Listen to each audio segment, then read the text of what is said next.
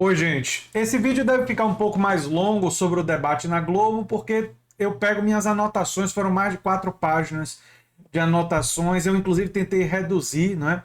Se vocês quiserem ver um vídeo em que eu analiso os objetivos de cada candidato, né, um resumo com os objetivos de cada candidato, tem o meu vídeo anterior que eu publiquei durante a madrugada. E agora vamos a um vídeo em que eu vou analisar de forma mais pormenorizada as participações na ordem, seguindo mais ou menos a ordem dos candidatos. Né?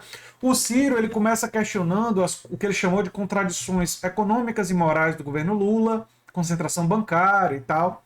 E olha, eu percebi que olhar no olho no olho do debatedor foi uma coisa que favoreceu muito Lula, que deu muita energia a Lula, porque Lula começou logo dizendo que o Ciro saiu porque ele queria ser candidato a deputado federal, contra a vontade dele, que queria que ele fosse presidir o BNDES, né? Lula fala do nervosismo do Ciro, que, aliás, ficou bem evidente naquele momento, né? E Lula reforçou que sim, os bancos ganharam muito, que os empresários ganharam muito, mas os pobres aumentaram ainda mais a renda, né? E aí o Lula está se referindo a uma perspectiva política que o PT adotou desde os anos 90, que eu posso fazer um vídeo específico sobre essa perspectiva, mas que é a ideia de harmonizar os interesses do capital e do trabalho. O PT, isso deu na Carta para os Brasileiros de 2002, né? E é uma perspectiva política que permite, por exemplo, o PT ter uma reunião com cooperativas e com muitas organizações de esquerda e ter uma reunião poucos dias depois com um grupo de empresários. Não há contradição dentro dessa perspectiva. Aliás, é exatamente por causa dessa perspectiva que essas duas reuniões são absolutamente esperadas. Estranho seria se, aderindo a essa perspectiva, Lula só se reunisse com os empresários ou ele só se reunisse com os grupos de cooperativas. Né? A perspectiva justamente é de dialogar com essas forças antagônicas e tentar harmonizar interesses e políticas e tal. Essa é a perspectiva que o PT adotou há muito tempo. Né? Enfim, não há nenhuma contradição em relação a isso. E aí eu já respondo sobre aquele evento que teve até participação do Brasil Paralelo e tal. Lula lembrou do Brasil Paralelo, que sim, é uma organização medonha que tem que tomar muito cuidado com aquele pessoal com negacionismo histórico, enfim, uma coisa muito, muito questionável o que eles produzem. Mas vamos lá. Lula lembra do Eduardo Cunha, das pautas bombas, e responsabiliza isso como central para a crise econômica que o Ciro está trazendo em números.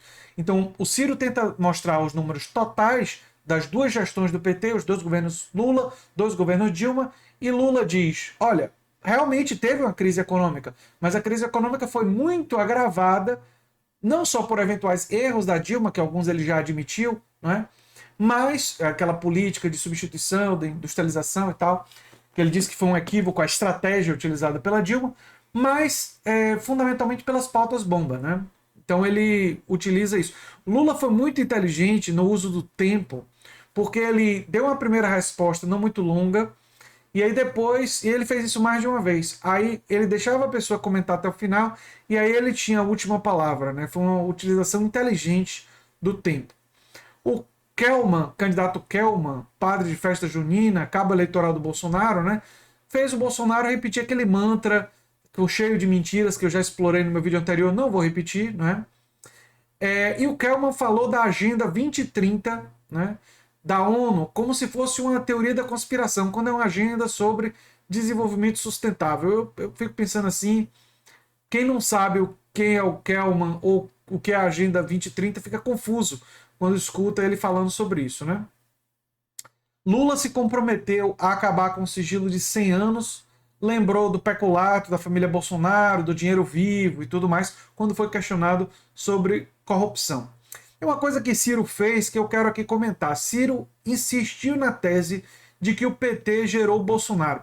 Para mim, essa é uma simplificação indevida. Temos que lembrar do papel da Lava Jato, do papel da mídia corporativa, das redes sociais bolsonaristas. Temos que lembrar do Steve Bannon e da extrema-direita pelo Globo. Temos que lembrar do Olavo Carvalho e seus seguidores, igrejas neopentecostais, que são os mercadores da fé, e especialmente das grandes corporações empresariais. Todas essas forças têm um papel muito grande na tragédia que foi a eleição do Bolsonaro em 2018. E não se pode colocar isso tudo na conta do PT. Pode-se dizer que o PT tem uma parcela por eventuais reformas que não conseguiu realizar quando tinha muita popularidade? Ok, uma parcela que você pode colocar no PT, equívocos, de alianças e conchavos equivocados, pode-se colocar uma parcela ali, mas falar desses equívocos do PT, ignorando todas as outras forças que foram tão ou mais, e eu diria mais, responsáveis pela chegada ao poder do Bolsonaro, enfim, é uma tese com a qual eu não compactuo. Entendo que o PT tem a sua parcela nos seus erros, mas não pode se ignorar todos esses outros fatores. Né? Até do ponto de vista histórico e acadêmico é importante lembrar disso. Mas enfim, Ciro também fala juntar Caetano com Gedel. Olha, eu já critiquei aqui a aliança que o PT fez com o MDB baiano, em que eles não exigiram a desfiliação do Gedel Vieira Lima, que para mim teria que ser uma exigência. Ah, quer fazer uma aliança com o MDB baiano? Ok, mas deveria ter pedido isso. Foi um equívoco, e eu fiz vídeos na época criticando, e eu mantenho a minha independência. Já declarei voto em Lula para derrotar o bolsonarismo. Isso não significa que eu preciso concordar com tudo, né? E essa aliança local aqui na Bahia eu realmente não concordo. Mas acho que ele é injusto com o Caetano, que sempre apoiou ele, né? E que agora chegou a uma conclusão estratégica. Ele deveria respeitar isso em apoiadores históricos como Caetano Veloso, como Tico Santa Cruz. São pessoas que gostam muito de Ciro. E me parece atacar essas pessoas um procedimento que leva a um isolamento ainda maior. Um equívoco muito grande. Mas enfim. O Bolsonaro retoma a fala acusatória da Mara Gabrilli, que acusa Lula no caso do Celso Daniel. O que é que eu tenho a dizer isso? Até onde eu sei, Mara Gabrilli não apresentou nenhuma prova. Foi apenas a palavra dela. E depois da eleição, imagino que ela vai ser até processada por calúnia. Porque é uma acusação muito grave e uma acusação dessa tem que ser acompanhada de provas e de evidências. Achei lamentável, em cima da hora da eleição, ela fazer, há poucos dias da eleição, fazer uma acusação dessa. Parece uma coisa até de um rancor, de uma mágoa, que escolheu ser há poucos dias da eleição para tentar mexer no resultado da eleição. Então, é lamentável essa atitude. Se era para falar disso, e se sabia disso, era para ter falado com muita antecedência. Não é como se Mara Gabrilli não tivesse acesso aos microfones da imprensa. E foi falar na Jovem Pan, não é? Uma emissora radicalmente hiperpartidária e bolsonarista. Mas enfim. A Tabet dá uma dura no Bolsonaro porque ele não teria coragem de perguntar isso para o Lula. Tabet criticou a gestão na pandemia, mas evitou falar dos embates de Bolsonaro com governadores. E aí está um equívoco muito grande, não só da Tabet, mas dos outros, quando se fala da pandemia. Bolsonaro foi contra as medidas de distanciamento no início da pandemia, uma coisa muito grave. Fez aglomeração sem máscara, incentivou as pessoas a não usarem máscara, incentivou as pessoas a aglomerarem, e isso favoreceu a disseminação do vírus, não só em Manaus, como em muitos lugares do Brasil. Isso favoreceu a aparecer novas variantes. Foi um comportamento irresponsável, eu diria até, de crime sanitário do governo Bolsonaro. E isso não pode ser tolerado, né? Lula se disse próximo de Celso Daniel, que ele era um grande gestor, e rechaçou esse tipo de acusação, né? A Soraya falou de novo no imposto único e se colocou como combatente da corrupção. Lula lembrou dos diversos mecanismos criados em sua gestão para combater a corrupção e se defende dizendo que foram esses mecanismos que permitiram a identificação da corrupção, que é uma defesa que ele vem fazendo há muito tempo, né? Bolsonaro diz que Lula tem amigos no STF, que é por isso que ele teria sido solto, uma acusação grave com relação a uma instituição muito importante da justiça brasileira, né? A Soraya detonou o Kelman, né? Dizendo que ele não tem perguntando se ele não tem medo de ir para o inferno, quase 700 mil mortos na pandemia, e perguntou se ele teria feito extrema-unção, que é um sacramento cristão, quando os cristãos estão em risco iminente de perder a vida, sugerindo para o Kelman como é que você apoia um governo que foi contra a vacinação, que relativizou a importância das vacinas. E é importante lembrar que Bolsonaro misturou vacina do Covid com AIDS, Bolsonaro reproduziu notícias falsas, Bolsonaro foi contra a vacinação de crianças, infantil, e tivemos crianças que morreram de Covid durante a pandemia. Então essa fala da Soraya foi muito correta, né? Questionando o Kelman sobre isso. Aí o Kelman, enfim, destrambelhou, eu nem vou me lembrar disso, né? Eu só gostaria de lembrar que o Kelman, quando foi falar de imposto único, falou do imposto único como se fosse a criação de um novo imposto e que é uma proposta de redução tributária. Ele ou é ignorante, não leu, não conhece o que é o IVA, aí mostra todo o desconhecimento dele, ou não sabe matemática básica, né? Que é unificar impostos e reduzir a alíquota é uma diminuição de impostos e não um aumento. Mas enfim, o que esperar de um desqualificado como aquele, né? Tebet falou da importância das crianças se vacinarem contra pólio, lembrando que a agenda bolsonarista levou a uma diminuição da cobertura da vacinação. Eu achei essa fala dela muito importante e correta nesse momento que o Brasil vive. Lula respondeu bem sobre a lei de cotas, lembrando do legado nefasto da escravidão e que a lei de cotas é uma resposta a isso e realmente é um legado muito nefasto da história brasileira, né? Uma coisa monstruosa, né? A Tebet, Simone Tebet, quando foi falar das mudanças climáticas, não falou do Ernesto de Araújo, né? Não falou do Ernesto de Araújo. E eu achei isso um erro muito, muito grave, né? A postura negacionista do Ernesto de Araújo, do Bolsonaro, né? Enfim, eu achei absolutamente lamentável isso não ter sido mais exposto nos debates. Quando se fala de meio ambiente, o governo Bolsonaro ameaçou tirar o Brasil do Acordo de Paris. Eu me lembro dessas coisas. O governo Bolsonaro indicou ministros negacionistas. O próprio Bolsonaro parece aderir a uma agenda negacionista quando o assunto é mudanças climáticas. A gente nunca vê ele falando da importância disso. Então, e também foi negacionista das queimadas na Amazônia. Então, eu acho que falta um pouco isso, né? Tivemos um momento cultural, né, que o Lula chamou o Kelman de faristeu, né, que é um indivíduo que age com hipocrisia e orgulho, hipócrita orgulhoso, aquele que segue uma religião de maneira formalista, excessivamente apegado às formalidades, e aí o Lula foi preciso porque ele foi vestido daquela forma, né, para usar isso, né, mas é um falso, é um impostor, né, enfim. O Kelman fez um discurso demonizador da intelectualidade, que é uma característica neofascista que o Bolsonaro e seus indicados também fizeram ao longo do governo, né?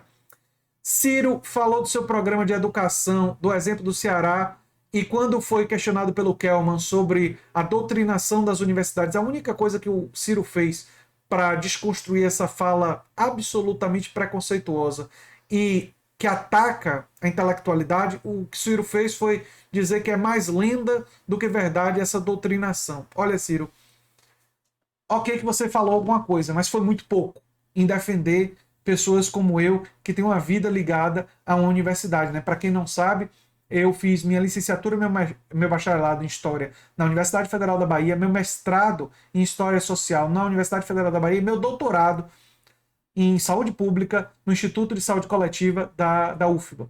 E fui professor 2 vezes, aluno especial, tenho 20 anos, né, ligado à Universidade Federal da Bahia. E eu achei que foi pouco você dizer isso. Era mais importante dizer que é um absurdo essa demonização da intelectualidade, né, e dos produtores de conhecimento, de cientistas. Pelo menos seria o que eu diria diante de uma fala como essa, do Kelman. Soraya lembrou o vídeo de teor nazistoide e membros do governo Bolsonaro, do presidente da Fundação Palmares, que é preconceituoso, e pergunta para o Kelman como é que ele apoia isso. O Kelman ignora e continua a demonização da esquerda. Aí ela soltou, né, o padre de festa junina, William Bonner ficou sem graça, né?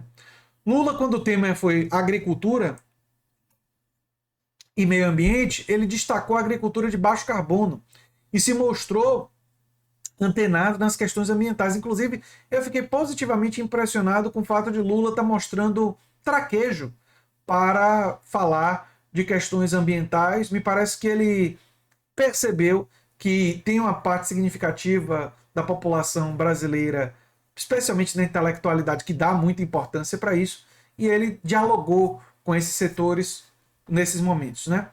Tabet falou em cumprir o Acordo de Paris, mostrou uma concordância com Lula e um diálogo civilizado nesse momento, né? Um Acordo de Paris que o Bolsonaro tinha ameaçado romper. Na discussão cultural, Bolsonaro fala de 2 projetos de lei, só que ele vetou e ele era contra. é o projeto de lei Aldir Blanc e o projeto de lei Paulo Gustavo. Vetos que foram derrubados pelo Congresso, mas o Bolsonaro foi contra. E ele fala como se fosse mérito dele. É de uma desonestidade, é de uma hipocrisia. Realmente revoltante. É revoltante ouvir esse tipo de coisa. Sobre o Felipe Dávila, ele faz uma defesa da agenda bolsonarista na economia, afinal a bancada do Novo votou com Bolsonaro e foi parte da base do governo, né? E o Felipe Dávila fala em acordos comerciais, a importância de abrir a economia do Brasil.